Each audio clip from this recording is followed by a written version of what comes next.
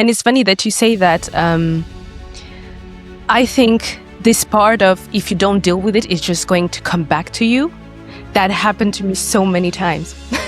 Yeah, Because I was such an avoidant person. I was just trying to focus so hard on the good that it left me in a state of, oh, I don't care about the things that are going bad. I don't even think that they exist. What is going on, And that also made me realize if I don't deal with it and I don't go at the root of what the issue is, Brussels and Belgium will always be my home, because that's where I grew up. But I also want to experience something else. I want to see what life is like out there, I just didn't want to have that fear inside of me and just limit me from experiencing the beauty of the world, Yeah. And that was also a thing I realized when I moved to Germany. I think that's also what I found when I came to Germany. I really found that I was able to experience myself outside of. Hi everyone, it's Podcast Day. Welcome to the Zen and Now show. Today I'm joined by Peggy Larock, also known as Coaching with Peggy, a guide for those navigating growth, self-discovery, and the inner work required to live with intention and purpose.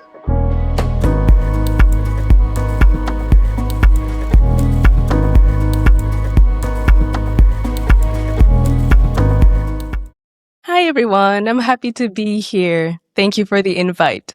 Thank you, Peggy, for coming on and sharing your insight with us. I really appreciate your time. I appreciate you too. Thank you.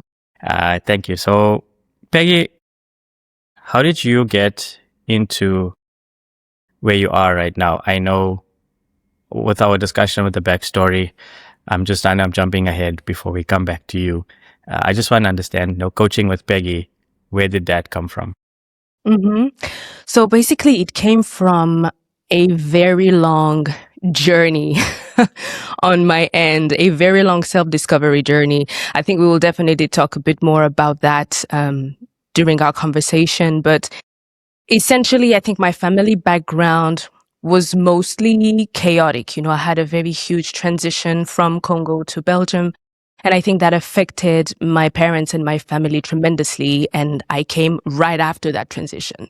So I got to see a lot of changes and a lot of, intensity emotionally. And I think all of that kind of made me the person I am today. I was always trying to look for an answer, looking for the brighter side of things, and also how to grow and evolve from the pain that you experience, and how not to let that pain define who you are and how you move through life, And so for a long time, I had to face challenges at some point, even if I was literally running away from them most of my life. And I didn't even realize that until a point where I just stopped and I said that there's something going wrong here. I can feel that. And there's something deeper that I need to deal with. And I really had to find that for myself. Eventually I did, which I'm very happy about. And I also thought that part of that thing that I was looking for was what was my purpose? What is the calling that I felt within me since I was a child, but I just didn't know what it was. Yeah.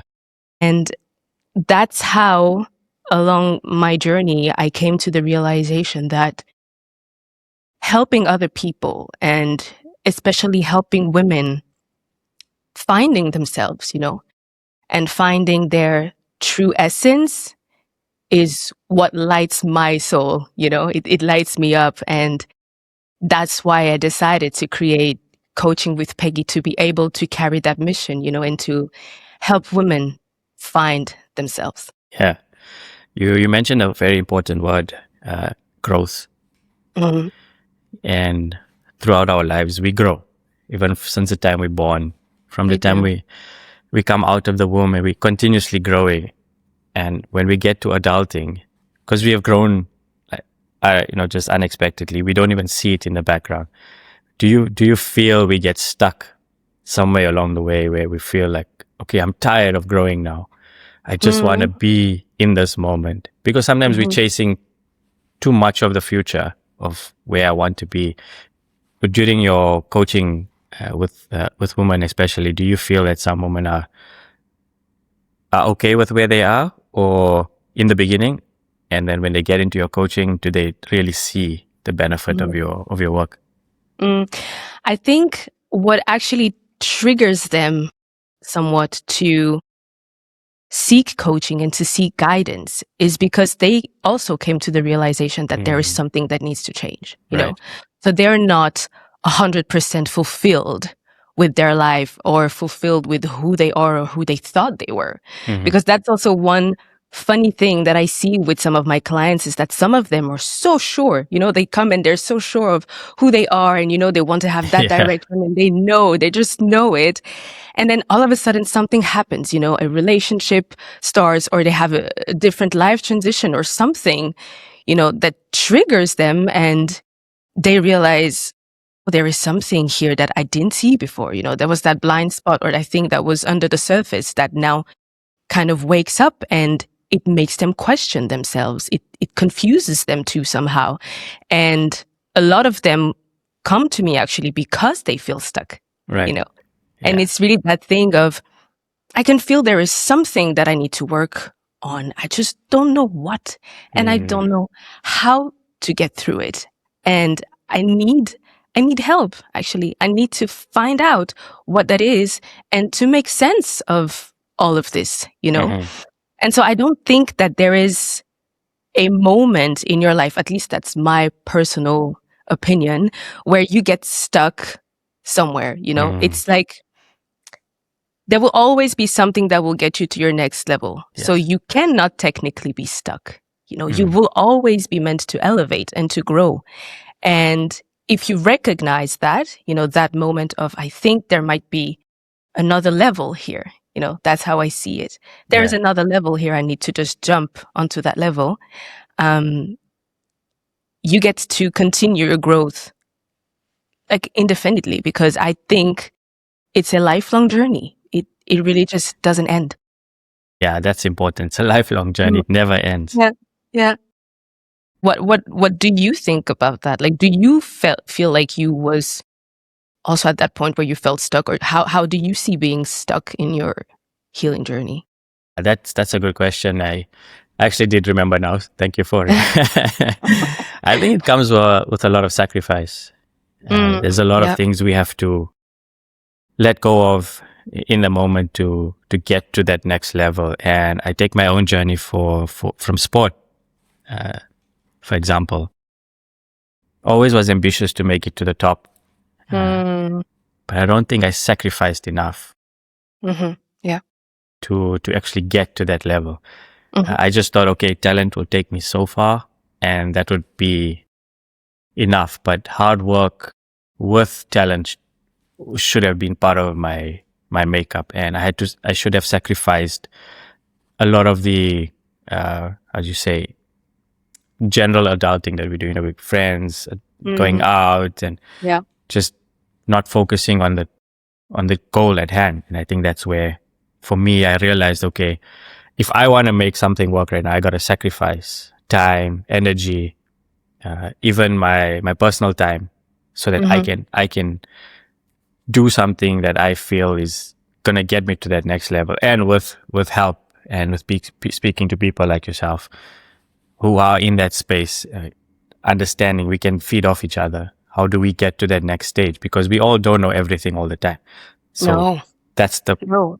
beauty of it. We can learn from each other as well. It's not just that we have to do things by ourselves, but I think, coming back to your point, I think sacrifice is a big part of that. And if you're Mm-hmm. willing to sacrifice the journey, the hardship, the dark times, not sacrifice it in a way that you have to understand that, okay, I'm not going to do this today. It's just about sacrificing, putting in the work, sacrificing to Yes, put in the exactly. work.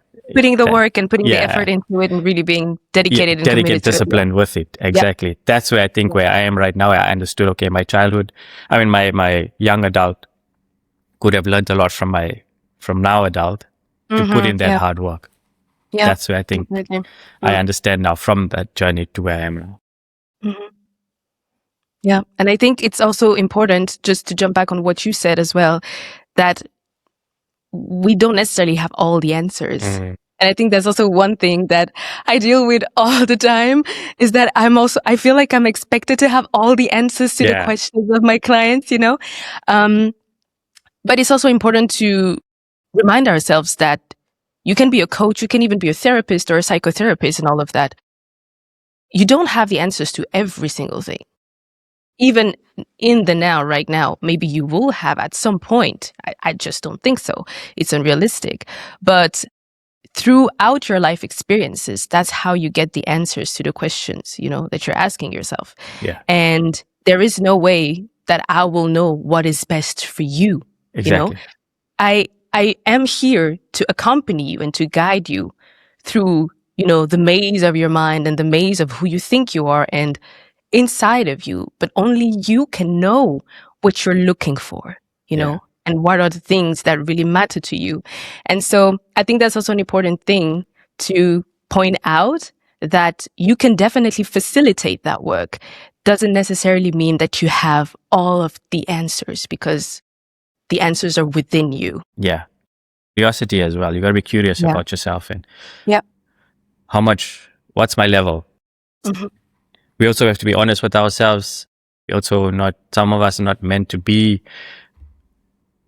at the like the top level, and that's okay. Because I'm not saying you have to not pursue that ambition or goal, Hmm. but you can Yeah. try. But Yeah. at some point, like for me, I know, okay, I was never gonna get to that level because Hmm. also Yeah. my time has elapsed over what I should be doing, and then I focused my energies elsewhere. Yeah. Not to say I don't value my time and my career and my sporting career. I do. I take a lot of lessons out of that because I do know there was valuable lessons that taught me discipline, respect, kindness, empathy, joy, frustration, everything. It came from Mm. all on the sports field, to be Yeah. honest. Yeah. Yeah. Yeah. You And know, I think that's also the beauty of life in itself. You know, even if you thought, okay, that's not where I was supposed to be or anything, if you approach life with the perspective of every single experience I'm living right now is a teaching, you know, it is a lesson for me. There is something that I can, you know, take from that experience. I think that completely shifts how you navigate life and how you grow, you know, because you can say, oh, okay, I'm probably not where I was supposed to be, and I'm just not gonna put any thought into it. I'm not just gonna put any effort into it. That was just a waste, you know. If you see it that way, I think it will be very hard for somebody to grow from their own experience and to, you know, have some type of enlightenment if that's what they're seeking. yeah. It's funny enough. I've been just posting on TikTok about what my truth is for that moment, and it resonated with somebody. And she messaged me to say thank you, and I needed that today because Yeah. I've been struggling a bit. So we don't know who we might reach or who it might reach, but if you Yes. speak your truth in that moment, people will resonate with you in that way. And I think I take that as a win because sometimes when you post something, especially on social media, you're chasing, Yeah. oh, how many, what's the How reach many gonna be? views and how many Yeah, likes and all of these vanity metrics and stuff. Yeah. exactly. Yeah. So Hmm. I was very humbled by that, and I just asked, okay, what mode would you like me to touch on? Yeah. Yeah. And she said, you know what, anything that motivates people. I was like, okay, that's fair and honest because there's a lot that we can say and do. There's no limit, so Hmm. why Yeah. not do that? And I think, what's the biggest identity struggles you find that women share with you in that Hmm. moment? Yeah. I mean, a lot of the women that I work with are definitely confused in the sense of they don't know who they are. You know, at the core, like their essence, they don't know it Oh, okay. because probably they might have been disconnected from themselves for a very, very long time, or they might have been forgetting about themselves, forgetting their needs, and what really lights them up. You know, some of them are also looking for their own purpose or trying to connect with something that is bigger than themselves, you know? And it's funny because it could really be the tiniest of things that would make them realize I am just not in a happy place right now. I know that there is something deeper, you know, I know that there is something more for me, that I'm meant for more, but they just don't know how to get there, you know. And as I told you before, it could be a relationship, it could be a stage of their career that would really trigger that. And they would realize that a lot of the things that they were doing, like essentially their sense of self doesn't necessarily rely on who they are. You know, it does rely on what they're doing, you know, what they're accomplishing. All of them are very high achieving women, you know, overperforming women, just like I was before. I was very career driven. I wanted to be at the top of the ladder and be the CEO of Yeah. something, you know, and that's kind of how I molded my own self-worth, you know, not necessarily for who I was, but for what I was accomplishing and what looked good on paper, you know. And a lot of them have similar patterns. And so that's also the reason why they feel so dissatisfied with their lives. And they are trying to really get to that point where they feel accomplished, but on a deeper level, really not on the surface, just really what is their soul craving for, you know, who they are, who their essence, what their essence needs. And that's what is the main struggle for my clients at the moment. I'm going to challenge you. In your opinion, what's the difference now between masculine energy and feminine energy? I think that debate is so heated. And Mm. that's a debate that I really, really love because I think from what I see right now, I would definitely say, just to take myself as an example, that I think I spent a lot of my years, especially late, like, or early 20s, let's say, focused in my masculine energy. Right. I was very, very driven, you know.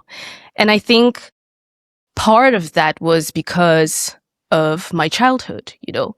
As I told you, I grew up at this transition where my parents basically fled Congo because of the military looting, you know, and all the pillages that happened at the time. So it was very clear for them that they had to leave because I have a big family. I'm the youngest of 6.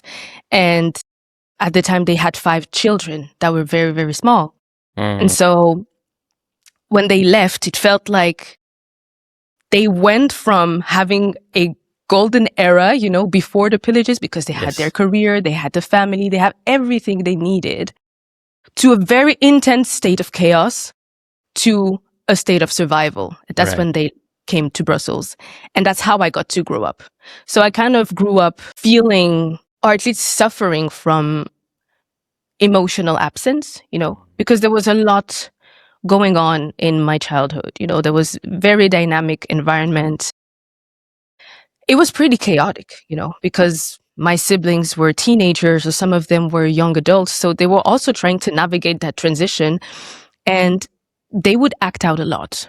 And so that left me in a state of I'm feeling lost, actually, you know. I feel lost in all of this chaos and I was just trying to make sense of it. And that also left me with parents who were consequently not so emotionally present, you know?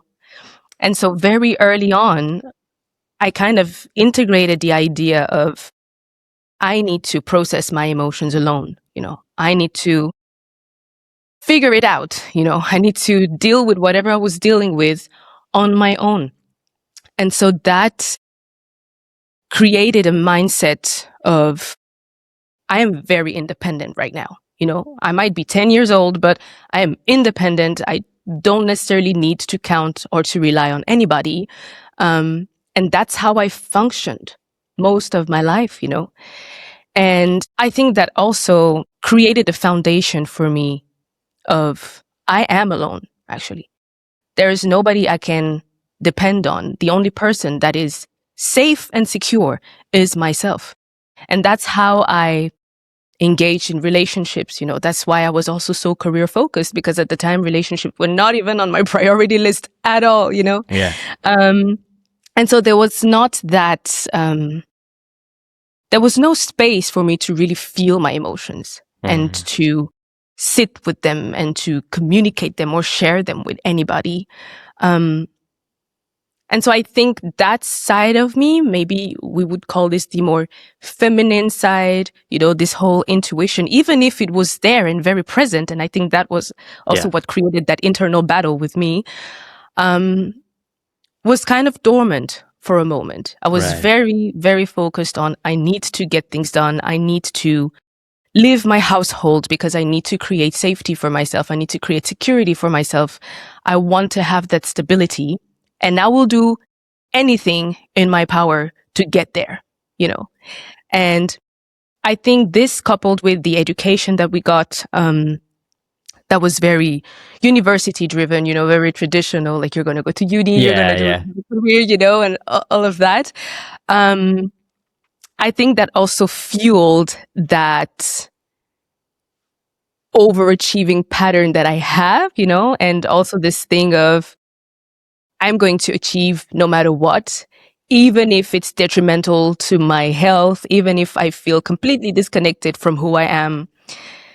And yeah, I think that was a huge part of my life, actually operating from that masculine energy and not giving space, for my feminine energy to, lean on somebody or to receive fully and just to be okay simply being. I don't have to do all of those things. I don't have to overdo everything. I don't need to have that shield all the time. Yeah. And I felt like I really had that mask in front of me and nobody could reach me. Right. So you had like kind of like your shields up at the time, and yeah, I'm using some Star Wars references now. Yeah. Yes, always. Like the walls was up, like the shields was up. Yeah. Everything. I was, you could not reach me, especially emotionally. I was very, very closed off. Okay. And how old were you at the time? Do you remember? Oof. You mean when I realized that, or no, when you that were was my when you were in in that phase where you were totally blocked off? Yeah, that was my early 20s. Right after I graduated and I moved to Germany, I was about 22, 23. Yeah. Okay. Yeah. Very challenging times. Just stepping into young adulthood and trying to fit into the adult world, as we so to speak. It's it's a challenging time for most, I think, adults in that world. I think, especially in current day and age, I speak for, my own experiences. Thankfully, we grew up in eras where we didn't have a lot of social media distractions. We didn't have visibility into the world of other people. Only if you knew them personally on a personal level, then you probably know more about them. Right now, everybody knows everything about everybody, and that's exactly. There's no privacy. It's so overwhelming in that way, and there's so many, online coaches and coaches like yourself now sharing their journeys or offering their services in that way. Authenticity comes with it as well, and your clients have to feel safe with you. Yep. For sure. What makes your coaching different to most online coaches? I would say definitely the fact that I was able to take my own life experiences and my pain, like the most intense, painful moments of my life, I faced them.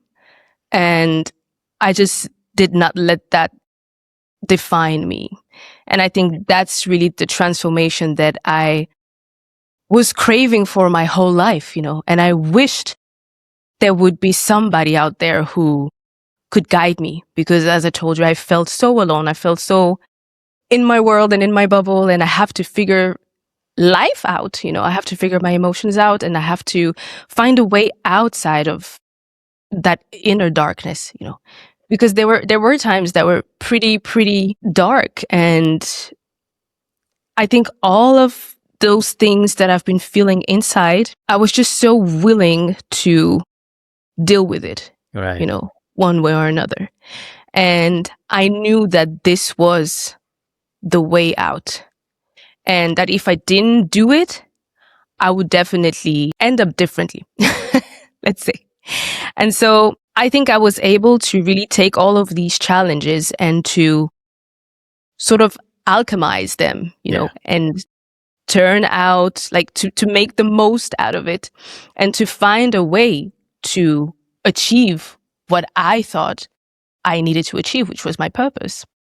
And so I basically created a framework of all of the things that I learned throughout these years and put them into something that would help people, so that they understand exactly why they feel the way they feel and how to deal with it. And they can also have somebody who had the exact same journey as them who can help them, Yeah. process all of it. Yeah, you're spot on there. I think you've hit the nail on the head when you talk about life experiences, your own experiences, and you bring that into your coaching.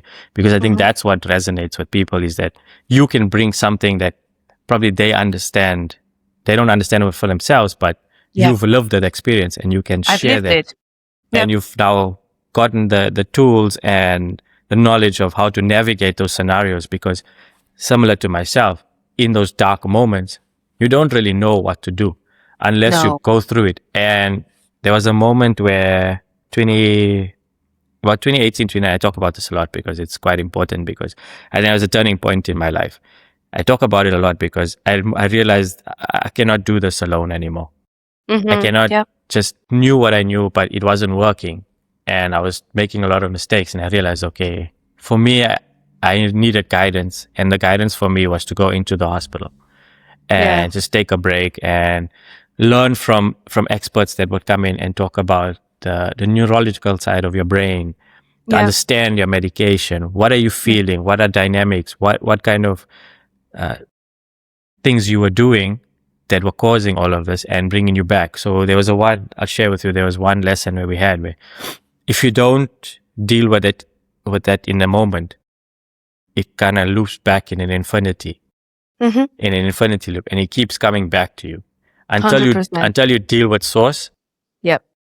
You're going to always come back to that, and you're going to make mistakes along the way. It's just going to keep happening, the same pattern.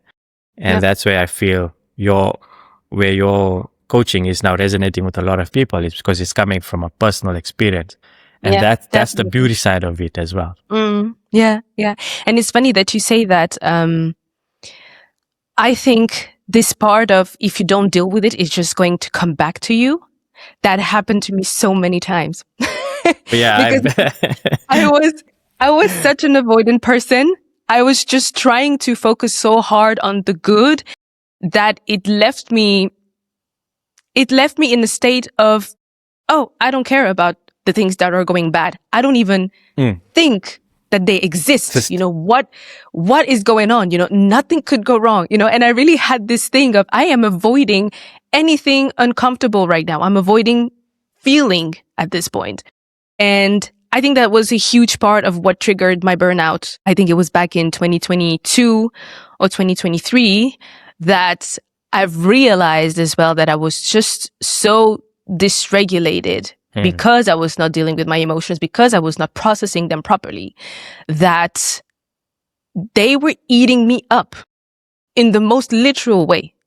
And that also made me realize, if I don't deal with it and I don't go at the root of what the issue is, I will probably damage my health.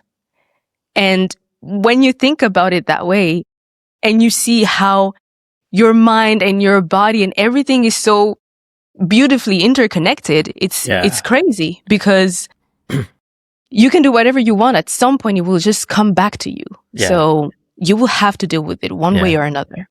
There's a picture I always go back to during that time I took of myself. And it's always a reminder of what not to do. Yeah. I keep that picture because I don't have a lot of memories during that period, because I wasn't, capturing moments in that time. But there's one picture I will share it with you offline, and I'll send Yes. it to you. Yeah, It's such definitely. a deep picture because you can see it in my face, in my eyes. There's something lost, something missing. For me, when I go through anxiety, my body takes a hit. Like Yeah. I lose a lot of weight. I Yeah. can feel it. My appetite goes. I don't feel good. Yeah. My head is just all over the show. And when I'm feeling good, I know I can feel it in my body. I can feel my muscles. I can feel my appetite. I'm not craving sweet things. Because when you Mm-hmm. go through anxiety and depression, Yeah. your taste palates change. I Yeah. didn't Yeah. realize Definitely. that Yeah. until Yeah. I Yeah. noticed, oh, I'm eating a lot of chocolates. Like, those peanut covered chocolates? Yeah. I was craving a lot of those things. Craving it. Yeah. Yeah. And I realized, okay, something is not right. Because I don't Mm-hmm. usually consume that amount of Yeah. sweets. I'm Yeah. more of a savory person. Mm-hmm. And I know my palate is not that off. And Yeah. that's when I realized, okay, cool. Something is not right. So that picture takes me back and just reminds me, okay, those are the times when you weren't dealing with things Mm-hmm. in an adult way or in an authentic and honest self. You weren't your Mm-hmm. honest self at that moment. So Mm-hmm. that's just like, do you have something like that as well? Mm-hmm. Yeah. Sometimes. Yeah. But I also wanted to ask you, what do you think was the cause of that anxiety for Oh, you? What created that? just not dealing with relationship issues Oh. Okay. eh, Yeah. in adult because I never saw that growing up. What Yeah. a good relationship. Yeah, I saw my parents in a way that we most saw that they were there for us financially, physically. They were there, You're just present. Yeah. yeah, just emotionally a little bit distant, and I was doing my own thing, and I didn't see healthy relationships throughout my family dynamics, so I didn't know what that looked like, and I brought those mistakes into my own Your own relationships. transgressions, and all of those came into it, and I was always put on this perfect pedestal. Mm. Don't make a mistake. And when I did make a Yeah. mistake, it was like the world end. Was ending. Yeah. You need Yeah, to be perfect at all costs. Yeah. exactly. So, Yeah. and that's when I started making mistake after mistake, lie after lie. And like I said, that lesson really hit me hard with the infinity loop. If I dealt with it at source, it's just honest. Uh, I don't think I would have been in that position that I put myself into. And I take full accountability for it. This is my choice. Yeah. Yeah. Yeah. I, Yeah. I'm not blaming anybody. Where I was in the big past, I was like, oh, it's my wife's fault. Oh, it's my Yeah. parents' fault. Oh, it's this X, Y, and Z. No, it was my choice because we all Mm-hmm. have that freedom of choice. And Yeah. I chose that moment to do something that was not aligned to my values. Yeah. And hey, look, we human beings, I made a mistake, taking full responsibility for it. And I'm trying to do better now by sharing my story and just trying to make sure others don't make the same mistake Mistakes. Yeah. that I have gone through. So to save them, that's just that awful period in time. But I also do realize I can't save everybody. If your journey is your journey, I can only share with what myself and you are sharing, and what you do with it after you leave our conversation or you leave whatever you saw from us. That's on you. I can't help That you there. depends on you. Yeah. Yeah. Yeah. But I think it's a very powerful journey, actually. And I feel like it's because I am also in a space where I see a lot of women, speaking up about their issues and how they navigate life as women, and I feel like it is so important for men to do just the same. I feel like we don't have enough men speaking up and sharing the darkness that they've been through and how they got through it, and the lessons that they take from them. And to also pass this on to other people, not only necessarily the younger generations, Yeah. but also for men of the same age and who are also dealing with difficulties and dark times. I think this is so necessary in this day and age to have that. So Yeah. yeah, kudos to you for sharing. I appreciate that.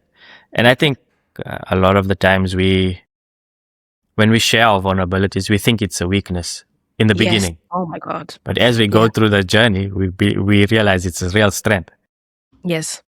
because it Yes. kind of lifts that weight off your shoulder, right? Definitely. And I think that is also a huge part of my journey, and also to get back to the masculine feminine energy that we were speaking about before, I think I was also not allowing myself to be vulnerable at all. Vulnerability has always been like a thing where I'm kind of bracing, Yeah, and we're I'm like, scared of it. Yeah. yes, I was so scared of it. And even doing the podcast now, there was still a part of me that was like, I know it's going to be demanding and that It's it's going to okay. be a stretch for Let me. me put you at ease. I do feel nervous into every Okay, episode I go, so I just want to put you at good. ease.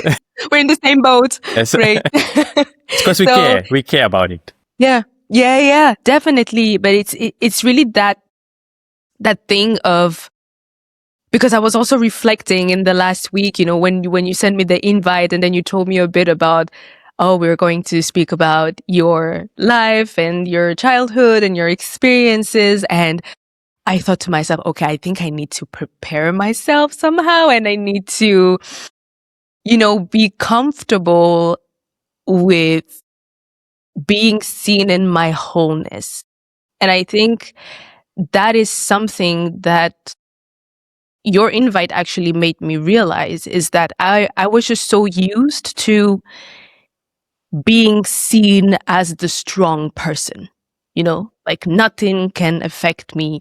I can take care of this. I can take care of that. I got it, always very vivid and bubbly and happy face all the time, and I think that was probably the side of me that was exposed to the world for a very, very long time. So much so that people would never even think that something was wrong, or that I was dealing with hardships.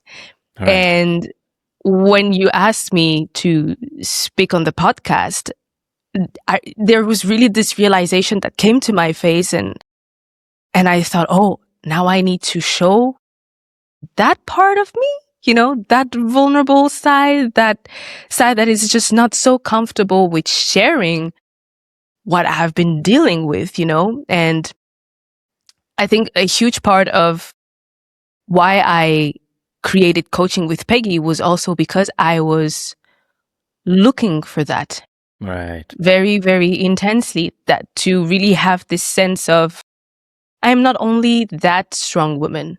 That's not Yes. all of me. There's just so much more to me than that side. I want to also be comfortable being seen in my vulnerability. And vulnerability is not a weakness.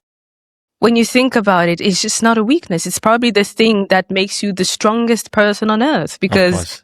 of all the things that you've been through. And it's the same for you, Yeah. Yeah. So Yeah. I don't know, what's your take on being vulnerable and being comfortable with it? For a long time, I always thought to not show that side of me as well. Same like you, because we grew up with boys and girls within our circles, and we don't want to show them that we scared of things, because Yeah. I was bullied a lot in high school, so there was a lot of just trying to stay strong. So I could never show myself as, this is really affecting me. I didn't want to show that side, because you see, every day you don't want to get picked on. You just want to come back, Oh, and the next definitely. day you want to be strong and stand up to them and say, hey, this is wrong. And I just kept quiet. I just kept everything inside of me. And I think I took those learnings along with me for a long time, until my mid-20s, 30s. I never showed vulnerability. I just showed a lot of I can take care of stuff, so to speak. Yeah.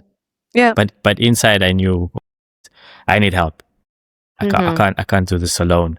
Mm-hmm. And that's when that 2018, 2019 moment changed a lot of, like I said, it was a turning point in my life where Yeah. I realized, okay, I need help. I needed that moment to say, you can't keep doing this by yourself. When something is affecting you, share it. It's okay. Whether Okay. the person on the other side or wherever it reciprocates that you want them to, or they don't reciprocate in the same way, it's okay. But at least you've taken some lift or some weight off your shoulders. Exactly. That you shared that, or if you're watching something, shed a tear. It's Mm-hmm. okay to do It's that. okay. Nothing will like happen. sometimes you're watching something, you're like, oh, I've got to be macho. I've got to watch a horror movie. Mm, I've got to be strong. It won't let yeah. me affect me. And sometimes like I can't watch horror movies, to be honest. Like, Yeah. it's too It's not for scary. you. No. It's not for me either. So we're in the same boat here too. Some but of I them think are okay, like mild PG versions. Okay, cool. But my point is, coming back to your point, is that it's okay now for me to share that I'm not feeling okay. Yeah. And I think there's also such a relief just in admitting that, not necessarily, because I also felt at some part in my life where even with my closest friends, I couldn't cry in front of them, or I couldn't tell them what I was going through with my family or with my relationships and things like that. And I always thought in the most extreme way, like, oh, I'm not going to cry in front of them, or I'm not going to just tell them everything, but just starting with that little step of telling them, hey, I'm not well right now. I don't want to go into the details, but just know that I'm not doing okay. And I don't want you necessarily to ask me questions about it and all of that, and just admitting that felt like such a relief for me to also acknowledge that for myself and tell myself, okay, you are actually fine. It's safe. You can tell yourself that you're not doing okay. Nothing wrong is going to happen. And I think for somebody who is having a hard time being vulnerable and listening to this conversation, and they're also thinking in that, catastrophe type of thinking, you can just admit that to yourself, and that is just more than enough. Yes. You can just start with that and then increase, whenever you feel comfortable sharing that with other people, sharing that with any type of, professional that you want to seek help from. Yeah.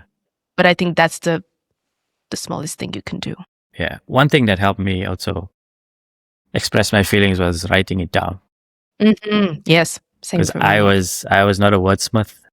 Whenever I'm anxious, I cannot get the words out for the life of me. I don't know why. Same for me. Don't go anywhere.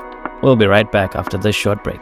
If you've been enjoying the conversations here on Zen and Now, whether it's helped you reflect, grow, or just feel a little bit more seen, take a second to hit that subscribe or follow button on whatever platform you're listening on. Thank you so much. Growing up in Brussels, obviously you have African roots with European roots. What was that like for you growing up in Brussels? Yeah. I mean, it was very special in the sense that out of all my family, I am the only one born in Europe. Okay. So I never got to know what it was like to live in Congo. I never got to know also the, like my aunties and my uncles who also were living there. I got to see my grandparents because sometimes they were coming to Brussels. They were traveling back and forth. But I felt like that was a part of me missing. I could hear them talk about what it was like to live in the house there and to, have these experiences. And I kind of felt left out. And I was like, I really want to know what it feels like, But there was definitely a part of the, the culture and our roots that was present in the household.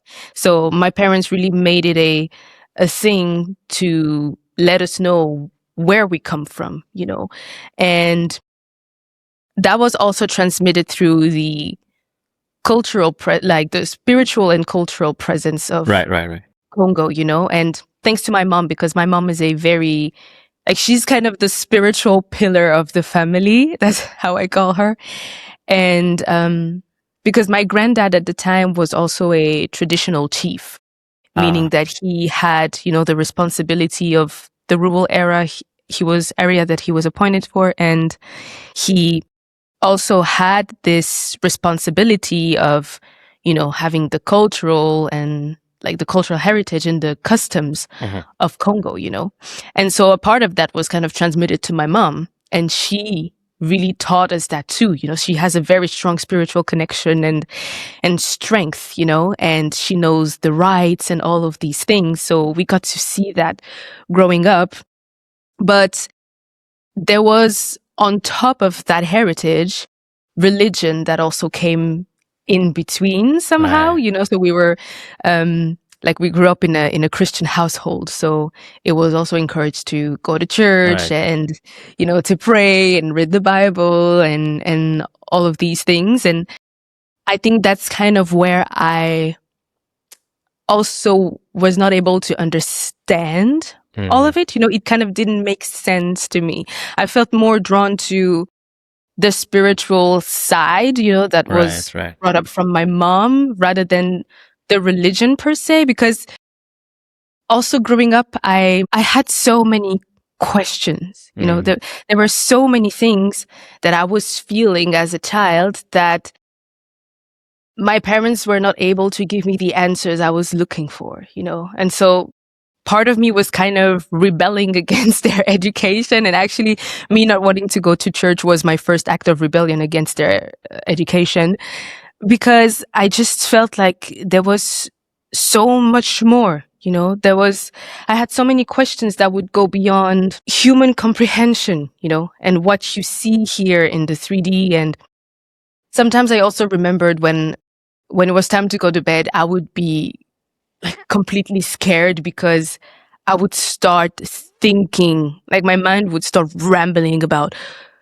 you know, what is the universe and how did we even get here? What is in hell? What is in paradise? You know, like all of these questions that you cannot really understand when you're just a child. And I remember my sisters were trying to reassure me and to give me some answers that would just confuse me even more, and that would really make me want to find what I was looking for myself. You know, I needed to have something deeper than dogmas. Like that was just not cutting it for me. I needed to find that for myself. So there was this mix of cultures, and I just needed to see beyond the education that we received and beyond all of that. What does that mean for me? You know, how do I place myself in between all of that? Yeah. It's difficult to travel back to the Congo right now. I'm sure, Yes. pretty sure you'd love to go home. I know you Yes. mentioned to me that you haven't been to Congo before. No. And Never. that will also bring you some closure to what you know, to the answers you're seeking, just to see where your Where I'm origins from. come from. Yeah. I know it's difficult not to go there and just, you know, spend the time.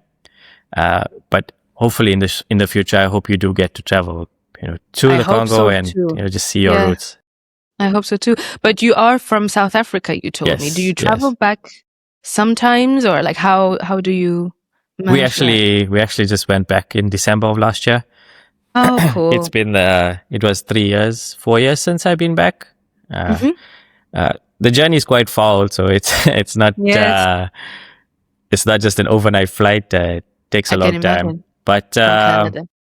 for myself, I think it's nice that we went back and we saw everybody. We met, you know, a couple of friends, and to see how everything is not progressing and progressing at the same time. Some people are still the same. Some people are getting older, like especially our parents and grandparents. Not grandparents. I don't have any grandparents left, but just like the older generation, you know, reaching that point. And funny enough, we both came back to Canada, and we're like, no, you know, we can't. We don't see ourselves living in that environment anymore, because we've built such a say organic way that we would love to live. It's not for everybody. It's just something that we have built. It has been ups and downs. There's a lot of ups and downs during this transition period. But like I said, when you don't go through those times, you don't really you don't really take into account of what you've accomplished.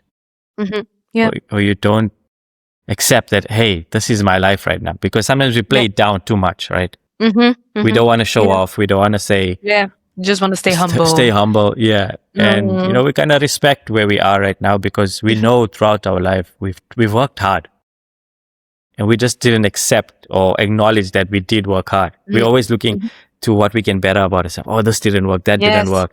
What can I do better? Yeah. What can I get better? But sometimes we just need to sit with it, like you said, when your invitation came. Yeah. You kind of had to go introspective to say, I haven't been honest about myself for a long time. And that happened with a couple of my guests too. When I asked them to come on the pod, they were like, I really had to sit with it and really go back and think about a lot of things. And now I think I'm in a place now where they are kind of like getting the courage to share their stories. Yeah. So it's creating that domino effect of people now sharing their vulnerabilities and strength. Yeah. Yeah. And going back to South Africa really taught us that we are so grateful and humble that we actually come from Africa. To be honest. Yeah. Because it taught us work ethic, respect, kindness, and just being, like, say, nice to the next person. Yep.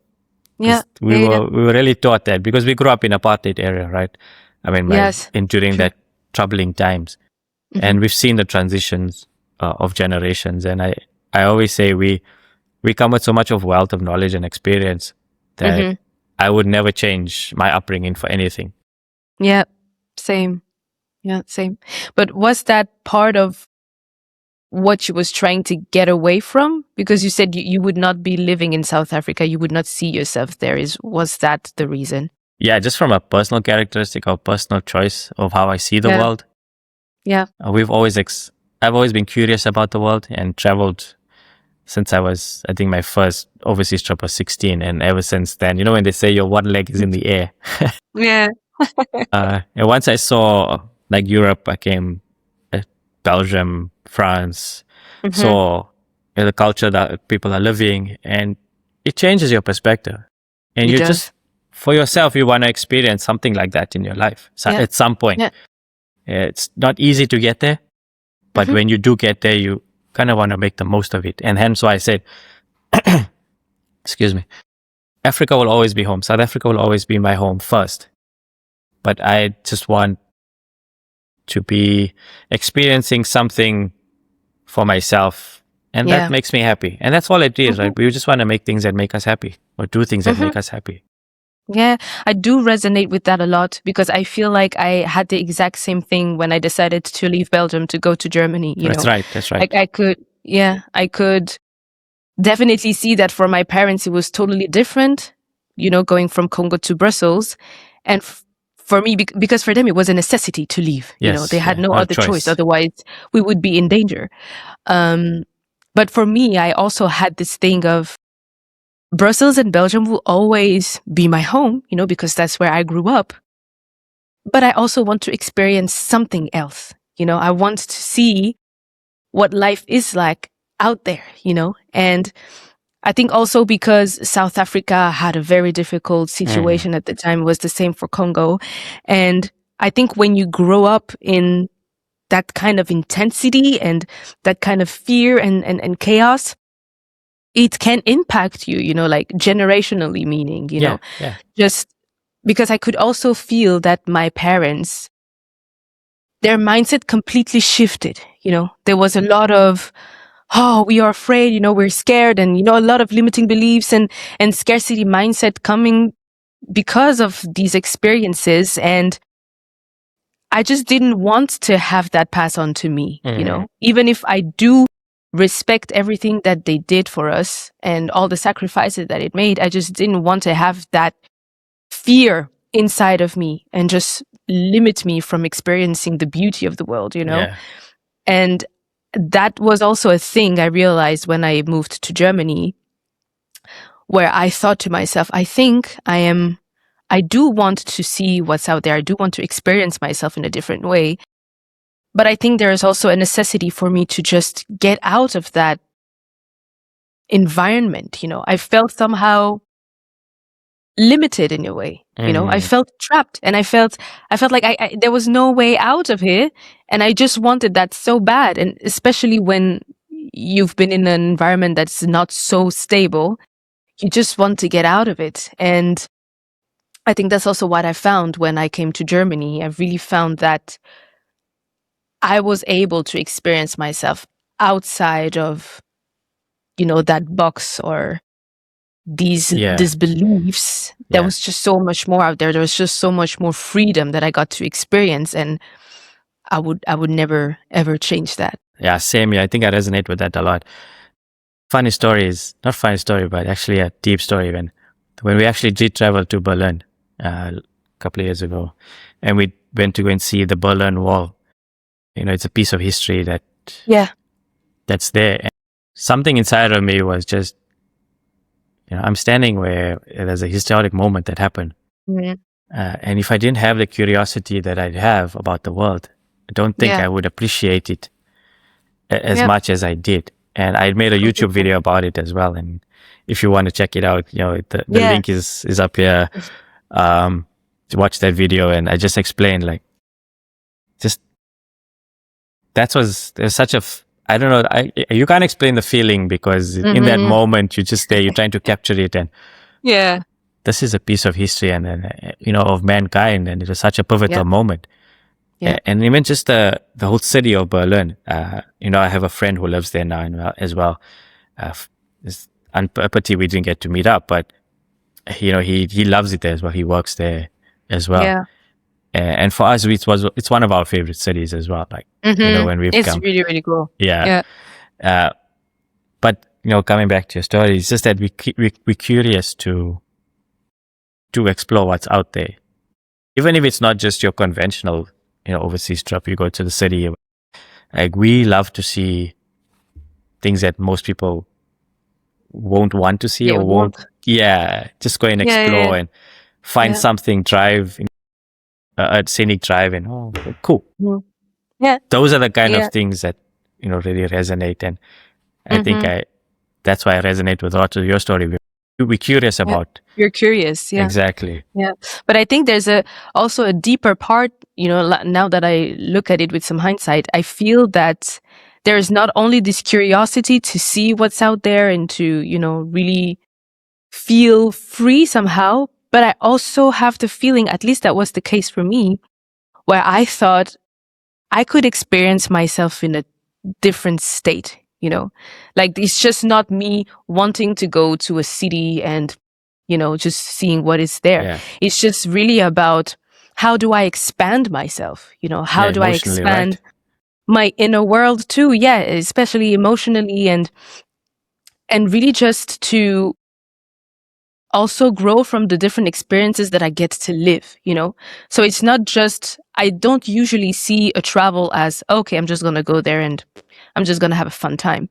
I really approach it with the mindset of it's probably going to teach me something. I'm probably going to, learn so much about myself, about other people. And, it's really bringing, a feeling of expansion that to me is just so necessary to feel, and I feel like so many people don't get to feel it because they don't necessarily approach life that way. Yeah. But if you do approach life in the most expansive way you can, even with the tiniest things of life, I think that just changes tremendously the person that you get to be, and how you navigate life. And that's fascinating. Is that what you felt when the first time that you left Belgium? Yeah, definitely. I think you left at a tender age of just 15. Yeah, that's young. 15 was a pivotal age for me because that's actually where I felt the most limited, just to get back to what I was saying. I felt trapped and I was like, oh, I need to do something about it. And obviously at the time, it was not the legal age to start working. Yes. As soon as I could be working and just gather some money and try to do something with that, I did. And that's what 15 felt like to me. But the moment I decided to leave, I was around 22 or 23 or something. And I think there was just this, I think I was in a complete different mindset at the time. I think there was that part of me wanting to be expansive and experiencing something else outside of my family environment, and try to see how can I create that stability for myself. And that was a huge part of me who was very career driven. I just had graduated at the time. I was trying to look for jobs and it was pretty complicated to find a job in communication and digital marketing. So that's what I graduated from. Or the companies were just too traditional, and I wanted to work for more lifestyle brands and fashion and things like that. And there was none of that in Brussels at the time. And so I decided to just leave. I saw like an advertisement. They were looking for an intern. And I just decided, you know what? I'm just going to go and I'm going to leave everything I know behind. I left my home. I left my family. I left my friends, everything I knew. And I just was alone, completely alone. And I think there is a part of me that wants to put myself in those situations, because then I think I have no choice but to become who I want to be, and what I envision for myself. Yeah, excuse me. And I think there is that part of, wanting to feel expansive. But I think at the time I didn't see it that way. At the time I was not so connected to, my essence and to my spirituality. I was just very focused on, I need to leave. I need to escape, whatever that is. I need to make a living for myself. I need to build stability. I need to have a career and to achieve. Yeah. And it definitely taught me so much. Like, now I've been living in Germany for the last 7 years, which is a substantial amount of time for me. And I feel like I'm getting close to the end of my experience in Germany, but it just taught me so much. So not only professionally, but also personally as well, most importantly, because being alone also meant that it was such a fertile ground for me to inquire myself, and to really dig deeper and see what is actually going on with me. And yeah, that's, I think, what I took from those 7 years. And at the same time, it's weird because I feel like it was all meant to be and all meant to happen that way, because all of the things that I've been learning for the last 7 years are the things that I'm applying in my business right now. I would have never thought that I would be coaching for a living, yet I learned how to coach because over time I just stepped up in my career and I was able to lead teams, and that inherently taught me to lead people and to coach them. And so, yeah, also looking back at this period of time, it definitely expanded me. Like, now I can see how it expanded me, even if at the time I was so focused on the experience and the hardships, I didn't see it that way. But now I'm able to see that it was actually 7 years of training and 7 years of, growth, intense growth. Yeah. Good leaders actually are the ones who have gone through it themselves and they understand the journey. Yeah. And they have empathy for their, for people that they are leading in life. Because like you said, leaders are born. They're not, you can train to become a leader, but there's just that's specific character that you are born with that shines through when you're trying to lead. And it comes through naturally. And that's what the sense that I get from you is that you've led your own life, and now that's why your business is doing so well, because you understand the journey and you have that aura about yourself to say, hey, come with me. I can help you along the way because I understand your journey from a human level, not just from a business perspective. It's not just a business for you. For you, it's a personal, and that's the combination that equals success, is personal experience with business equals success. And I think, that's whoever's listening to it right now and you're looking for coaching, especially for women out there, reach out to Peggy. I will leave links in the description below. Please do so. I think you will start your journey off on the right note. Thank you. I appreciate it. Now, what does living authentically mean for you today? I think a huge part of my journey consisted in remembering who I was. And I think the moment you really start remembering, like consciously, what it means to be yourself, and also remembering, in a sense of being one with, God and the one and this divine part of yourself, a lot of things that used to, excite me. Like everything that I built from the old version of me just doesn't matter to me anymore. It's like you live in the most essential way of yourself. And I think that is exactly what living authentically means to me. I think it's really having that feeling of liberation to live in your truth, like 24/7, and not apologize for that. I'm a human being, I'm a woman, and I'm a coach now, and I do love what I'm doing right now. I've accepted, I think, all the parts of myself, and I think there's really a difference between being free because you escape and being free because you accept. And I think that's actually the stage where I am right now, full acceptance of all the parts of me, the good and the bad. Love that. That resonated a lot. I think that hit home as well Yeah, for me glad. as well. Thank you. And if somebody's listening to us right now, who's feeling lost, feeling vulnerable, what would you tell them? Just from a guidance perspective. Mm-hmm.